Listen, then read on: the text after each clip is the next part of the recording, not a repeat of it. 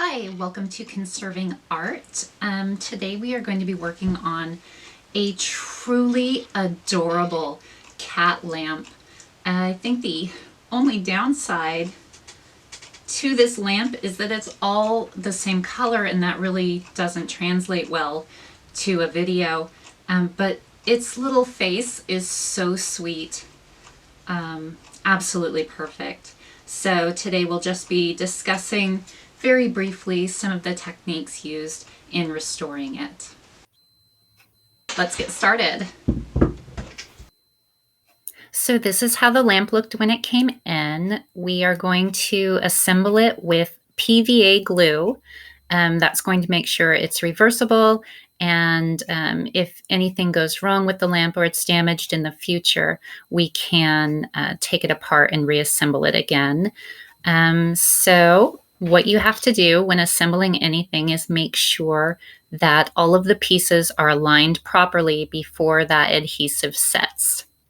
So looking at it from the other side, you can see that there is a large gap, and we can't fill it properly when it's together. So we will have to assemble some of the smaller pieces and then attach them to the bigger pieces in sort of segments.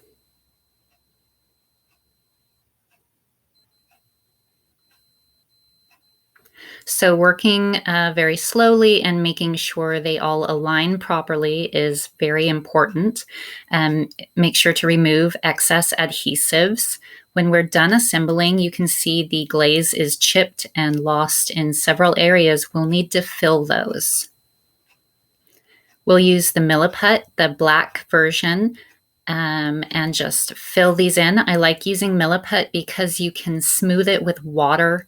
You don't really need to sand it very much, which is great for delicate surfaces like this glossy finish.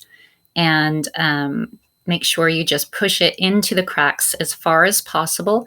Then you sand with water and let it cure.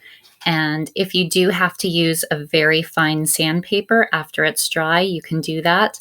And then refill, sand, refill, sand as much as is necessary to get those cracks completely filled.